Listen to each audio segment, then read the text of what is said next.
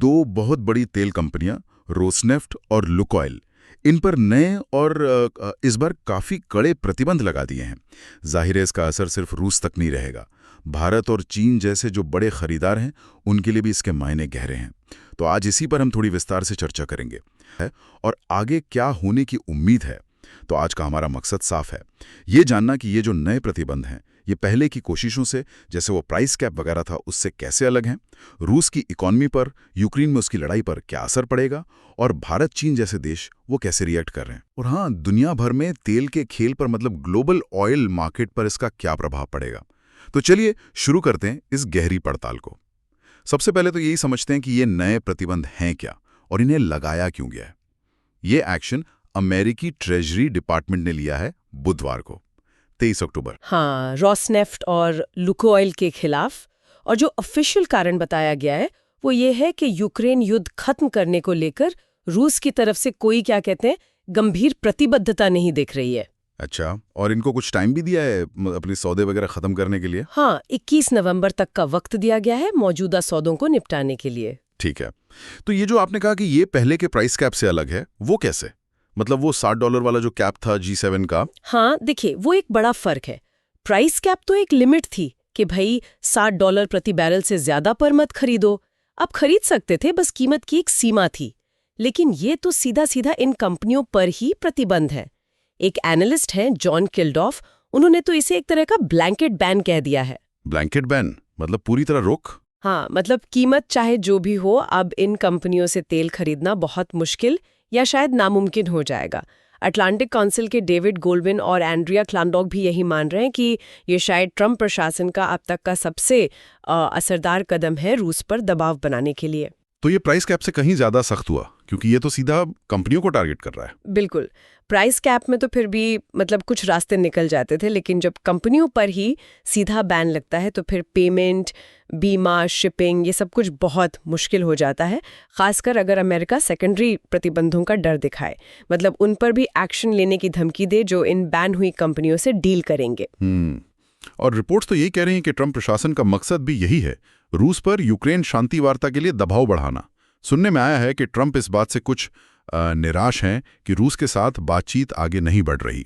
उन्होंने कहा भी कि पुतिन शांति को लेकर सीरियस नहीं लगते। जी, और उम्मीद जताई कि शायद ये प्रतिबंध कुछ असर दिखाएं। इस कदम की टाइमिंग भी थोड़ी इंटरेस्टिंग लग रही है। हाँ, वो भी है। एक तरफ तो एनालिस्ट बॉब मैकेंडली का ये मानना है कि तेल की कीमतें जो गिरी हैं हाल में, मतलब इस साल करीब 14% नीचे, तो शायद सरकार को लगा कि ये सही मौका है, क्योंकि इससे अमेरिकी उपभोक्ताओं पर फौरन कोई बड़ा बोझ नहीं पड़ेगा। अच्छा। और दूसरी तरफ आरबीसी कैपिटल मार्केट्स के हेलिमा क्रॉफ्ट का इशारा है कि अमेरिका में मिड टर्म चुनाव अभी 1 साल दूर है, तो शायद राजनीतिक तौर पर भी ये सही वक्त लगा हो। उधर रूस से भी रिएक्शन आया है। जाहिर है पुतिन ने इसे अमित्र कार्रवाई कहा है, दबाव बनाने की बेकार कोशिश। हाँ, हालांकि उन्होंने ये माना भी है कि कुछ नुकसान तो होगा, लेकिन जो पूर्व राष्ट्रपति है मेदवेदेव, उनका बयान तो कहीं ज्यादा सख्त था। हाँ, उन्होंने तो इसे युद्ध की कार्रवाई जैसा कुछ कह दिया, अमेरिका को दुश्मन बताया। जी बिल्कुल। चलिए, ये तो हुई प्रतिबंधों की बात, लेकिन सवाल ये है कि निशाना रोसनेफ्ट और लुकोइल पर ही क्यों? ये कंपनियां इतनी खास क्यों हैं रूस के लिए? देखिए, ये कोई छोटी कंपनियां नहीं हैं, ये रूस की 2 सबसे बड़ी तेल उत्पादक हैं। वोंडा इनसाइट्स के आंकड़े देखें तो रूस रोजाना जो करीब 4 मिलियन बैरल कच्चा तेल एक्सपोर्ट करता है ना, हाँ, उसका लगभग आधा 50% इन्हीं 2 कंपनियों से आता है। आधा? हाँ, और अगर सिर्फ समुद्री रास्ते से होने वाले एक्सपोर्ट की बात करें तो केपलर के मुताबिक ये दोनों मिलकर रोज करीब 2 मिलियन बैरल कच्चे तेल की सप्लाई करती हैं। ये बहुत बड़ा वॉल्यूम है। 2 मिलियन बैरल रोजाना सिर्फ समुद्री रास्ते से, ये तो वाकई बहुत बड़ा आंकड़ा है। और इनका असर सिर्फ रूस तक ही नहीं है, जैसा आपने शुरू में कहा था, भारत में भी इनका कुछ है। हाँ बिल्कुल, जैसे रोसनेफ्ट का भारत में नायरा एनर्जी लिमिटेड में करीब 50% स्टेक है। अच्छा, नायरा एनर्जी जो वाडीनार रिफाइनरी चलाती है गुजरात में? जी वही। तो आप समझ सकते हैं कि ये कंपनियां सिर्फ तेल नहीं बेच रही हैं, बल्कि ग्लोबल एनर्जी का जो पूरा ढांचा है उसका हिस्सा है। और रूसी इकोनॉमी के लिए तो ये रीढ़ की हड्डी जैसी हैं। क्रेमलिन के लिए पैसा जुटाने का, खासकर यूक्रेन युद्ध के लिए, ये एक बहुत बड़ा जरिया है। और यहीं से बात भारत और चीन के लिए मतलब और भी सीरियस हो जाती है। भारत जो यूक्रेन युद्ध शुरू होने के बाद से सस्ते रूसी तेल का बहुत बड़ा खरीदार बन गया था। इस साल तो हमारे कुल तेल इंपोर्ट का 35% से ज्यादा रूस से आया है। हाँ बिल्कुल, उस पे तो सीधा असर पड़ेगा।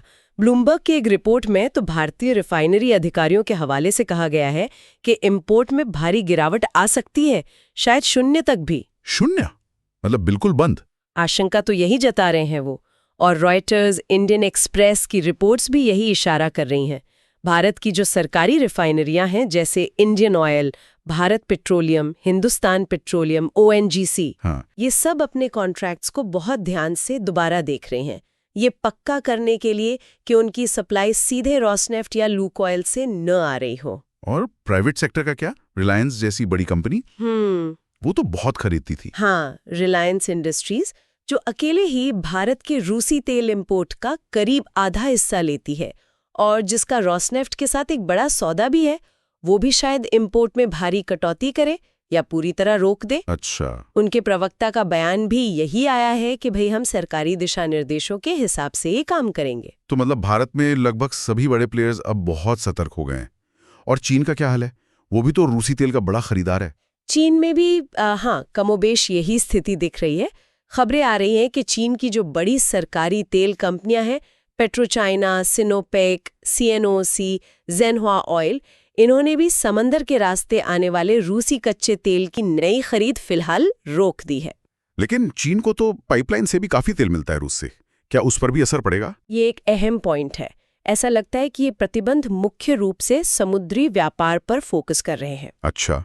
तो जो पाइपलाइन सप्लाई है, जैसे CNPC और रोसनेफ्ट के बीच का जो एग्रीमेंट है, वो शायद जारी रहे, लेकिन समुद्री व्यापार, जो कि एक बहुत बड़ा हिस्सा है, उस पर असर तो साफ दिख रहा है। केपलर के एक एनालिस्ट है, मुयू जू, वो इसे संभावित रूप से बहुत महत्वपूर्ण बढ़ोतरी मान रही हैं, मतलब प्रतिबंधों के असर के लिहाज से। और वंदना हरी ने तो इसे गेम चेंजर तक कह दिया है। Game changer? हाँ, कि ये रूसी तेल एक्सपोर्ट का दरवाजा बंद कर सकता है। गेम चेंजर, ये शब्द तो काफी बड़ा है। पर भारत के नजरिए से देखें तो ये मामला थोड़ा और क्या कहते हैं, उलझा हुआ लगता है। भारत ने पहले तो अमेरिकी प्रतिबंधों वाले देशों जैसे ईरान और वेनेजुएला, उनसे तेल खरीदना लगभग बंद कर दिया था। सही। लेकिन यूक्रेन युद्ध के बाद भारत ने खुलकर रूस से भारी डिस्काउंट पर तेल खरीदा और इसे अपनी स्ट्रैटेजिक ऑटोनॉमी, मतलब रणनीतिक स्वायत्तता का नाम दिया। हाँ। और यही पर इंडियन एक्सप्रेस का एक एनालिसिस एक दिलचस्प बात कहता है। क्या? उनका मानना है कि ये जो नए प्रतिबंध हैं, ये भारत को एक तरह का हेडरूम दे रहे हैं, मतलब एक मौका दे रहे हैं कि वो धीरे धीरे रूसी तेल से दूरी बना ले, और ऐसा करते हुए ये भी न लगे कि वो सीधे सीधे अमेरिकी दबाव में झुक गया है। ये हेडरूम वाली बात तो सोचने लायक है। हाँ, और ये इसलिए भी शायद मायने रखता है क्योंकि रूसी तेल पर जो डिस्काउंट मिल रहा था वो अब पहले जैसा भारी नहीं रहा, और दुनिया भर में तेल की कीमतें भी थोड़ी स्टेबल है, तो शायद अब रूस से तेल छोड़ने का जो आर्थिक झटका है वो उतना बड़ा ना हो जितना कुछ महीने पहले होता। तो ये भारत के लिए एक सुविधाजनक रास्ता हो सकता है अपनी पोजीशन बदलने का, बिना ये दिखाए कि वो अमेरिका के दबाव में है। हो सकता है। देखिए, भारत हमेशा से यही कहता आया है कि वो तेल वहीं से खरीदेगा जहां सबसे अच्छी डील मिलेगी, जब तक कि उस तेल पर सीधे प्रतिबंध ना हो। हाँ। अब चूंकि कंपनियों पर सीधे प्रतिबंध लग गए हैं, तो भारत के पास एक जायज कारण है अपनी खरीद कम करने या बंद करने का, बिना ये कहे कि वो अमेरिका के कहने पर ऐसा कर रहा है। इस बीच एक और एंगल भी चल रहा है। ट्रंप बार बार ये दावा करते रहे हैं कि भारतीय प्रधानमंत्री मोदी ने उन्हें रूसी तेल खरीद कम करने का भरोसा दिया है। हाँ, ये बात उन्होंने व्हाइट हाउस में दिवाली फंक्शन में भी दोहराई। जी, हालांकि भारत के विदेश मंत्रालय ने पहले ऐसी किसी बातचीत की जानकारी होने से साफ इनकार किया था। हाँ, वो भी है। और ये भी नहीं भूलना चाहिए कि ट्रंप पहले ही भारत पर कुछ ट्रेड टैरिफ लगा चुके हैं, और उनमें से कुछ का कारण रूसी तेल खरीद को ही बताया गया था। ये सब मिलकर इस पूरी जियोपॉलिटिकल पजल को और भी कॉम्प्लेक्स बना देते हैं। भारत अपनी एनर्जी सिक्योरिटी, अपने आर्थिक हित और अपने पुराने रणनीतिक रिश्ते जैसे रूस के साथ हैं, हाँ। इन सब के बीच एक बैलेंस बनाने की कोशिश कर रहा है। ये नए प्रतिबंध इस बैलेंस पर निश्चित रूप से असर डालेंगे। तो फिर अब ग्लोबल मार्केट का क्या होगा? कीमतें कहाँ जाएंगी? और भारत और चीन जैसे देशों के पास ऑप्शंस क्या बचते हैं? देखिए, जैसे ही प्रतिबंधों की खबर आई, तेल बाजार में तेजी तो दिखी कीमतें करीब 5% उछल रहीं। ब्रेंट क्रूड $65 प्रति बैरल के आसपास चला गया और अमेरिकी क्रूड $60 के पार।